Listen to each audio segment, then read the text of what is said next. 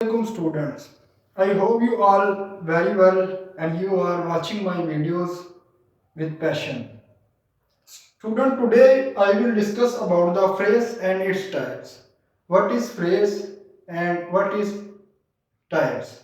It is very important lecture because in every exams of 9 and 10 English paper one MCQs is made on this subject. Now I will clear the concept of phrase. What is phrase and its type? Without wasting any time, now I am going to start the lecture. What is phrase? A group of words that has some sense, yeah, meaning. Some sense, yes, meaning, but not a complete sense is called phrase. मतलब अल्फाज का वो मजमूआ, अल्फाज का वो ज़ख़ीरा जिसका कुछ meaning हो, जिसका कुछ सेंस हो, समझ हो, लेकिन फुल मीनिंग ना हो उसका, यानी कि कुछ उसका मतलब हो लेकिन फुल मतलब ना समझ आ रहा हो। मतलब अब मैं आपको एग्जांपल देता हूँ। ऑन द वॉल, दीवार पर। ऑन द टेबल, क्या दीवार पर, क्या ऑन द टेबल, क्या वेरी गुड, क्या बहुत अच्छा, वेरी क्लेवर, बहुत ज़हीन, क्या बहुत ज़हीन। यानी कि कुछ हमें मीनिंग पता चल जाता है और कुछ हमें नहीं पता चलता है, यानी कि कुछ वो मीनिंग कन्वे करता है लेकिन फुल मीनिंग नहीं कन्वे करता, फुल मतलब हमें नहीं समझाता। उसको हम फ्रेज कहते हैं। उम्मीद है आपको समझ आ गई होगी कि फ्रेज किसे कहते हैं। अब इसकी टाइप्स पर चलते हैं। पहली टाइप्स है noun phrase. Noun phrase a group of words, अल्फाज का वो मजमूआ that acts as a noun, जो नाउन की तरह बिहेव करे along with modifiers। अब modifiers इसमें क्या है? modifiers along with modifiers, modifiers वो होते हैं यानी कि acts as a noun, noun के तौर पर बिहेव करेगा। नाउन किसे कहते हैं? किसी भी चीज, जगह या शख्स के नाम को नाउन कहते हैं। along with modifiers यानी कि किसी भी चीज, जगह, शख्स के नाम के साथ अल्फाज होंगे। अब मॉडिफायर्स होते हैं प्री मॉडिफायर्स और पोस्ट मॉडिफायर। नाउन से पहले जो अल्फाज होंगे ना, उसको हम प्री मॉडिफायर कहेंगे। आप लिख लें कई कॉपी पे। और नाउन के बाद जो अल्फाज होंगे उसको हम पोस्ट मॉडिफायर कहेंगे। अब ये देखें, अब boy in the building, boy से पहले आ है, आ प्री मॉडिफायर है और ये post modifier. Post in the building post modifier और बॉय से पहले आ है, ये प्री मॉडिफायर। अब बॉय इन द बिल्डिंग बीच में नाउन है। अब हम पोस्ट मॉडिफायर और प्री मॉडिफायर को हम अलग करें, बीच में नाउन रह जाते हैं अकेला, यानी कि नाउन के साथ मॉडिफायर्स होंगे और वो किसी सेंटेंस को एक्सप्लेन कर रहा होगा।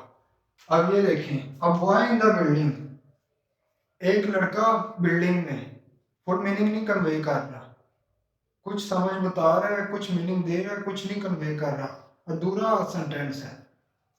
आगे ये चीज जब हम लगाएंगे सेंटेंस पूरा हो जाएगा। फ्रेज कहते हैं इसी को है। अब ये एमसीक्यूज कैसे बनता है? एमसीक्यूज ये बनेगा, a boy in the building, exam में आएगा, नीचे लाइन लगी होगी, पूछा जाएगा कि a boy in the building, ये नाउन फ्रेज है, वर्ब फ्रेज है, एडजेक्टिव फ्रेज है, प्रेपोजिशनल फ्रेज है। नाउन फ्रेज आपको मैंने बता दिया, noun that acts as a noun along with modifier. Modifiers noun से पहले वाले अल्फाज और बाद वाले अल्फाज, इसको प्री मॉडिफाइड और पोस्ट मॉडिफाइड कहते हैं। अब वर्ब फ्रेज, वर्ड फ्रेज किसे कहते हैं? A group of word that acts like a helping verb and main verb.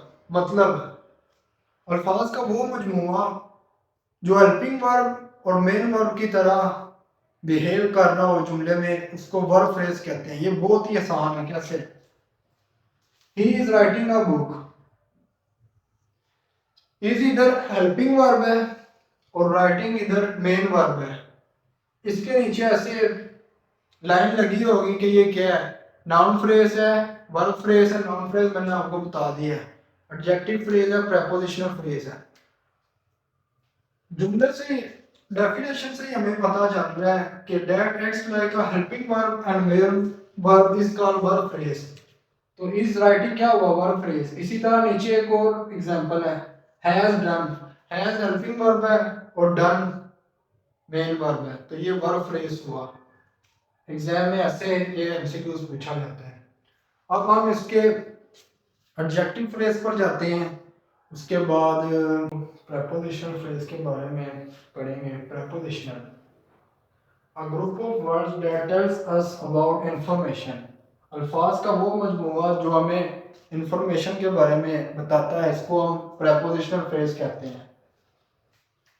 मिसाल के तौर पर the book is on the table,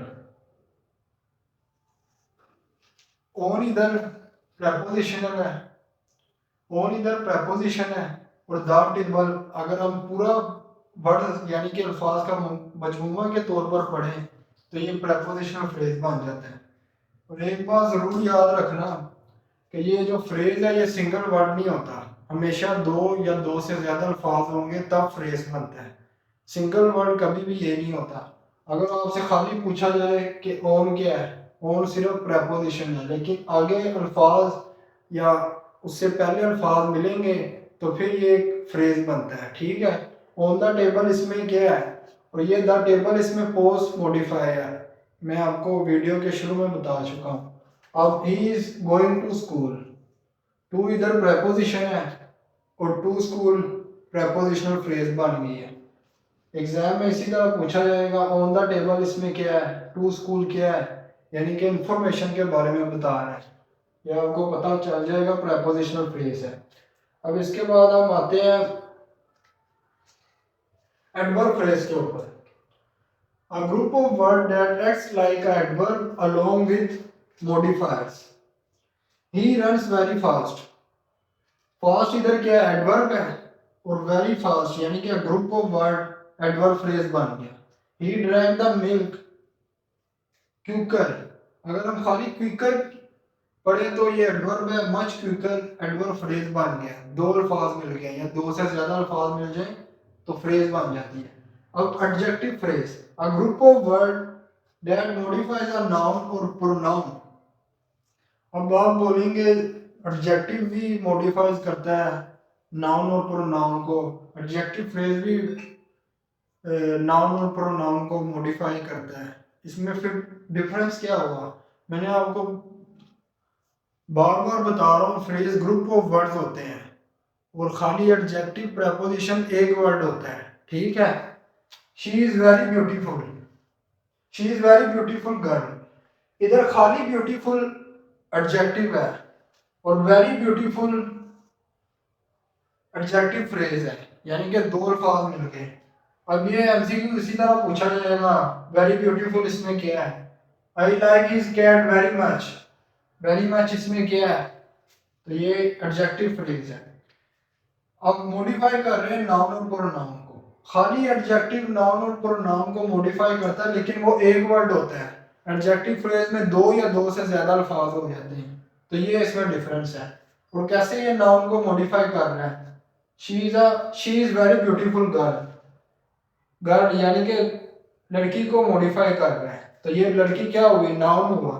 और प्रोनाउन को कैसे मॉडिफाई कर रहा है, I like his cat very much, I इसमें क्या है, प्रोनाउन है, प्रोनाउन क्या होते हैं, I we they you he she it, very much मैं उसकी बिल्ली को बहुत ज्यादा पसंद करता हूँ, तो ये उसकी बिल्ली को यानी कि प्रोनाउन को मॉडिफाई कर रहा है।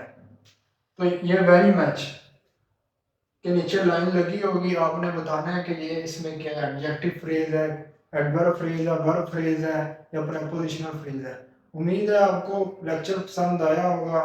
अगर आपको लेक्चर पसंद आया तो चैनल को लाइक, सब्सक्राइब और शेयर करना ना भूलिएगा। कल तक के लिए अल्लाह हाफिज़।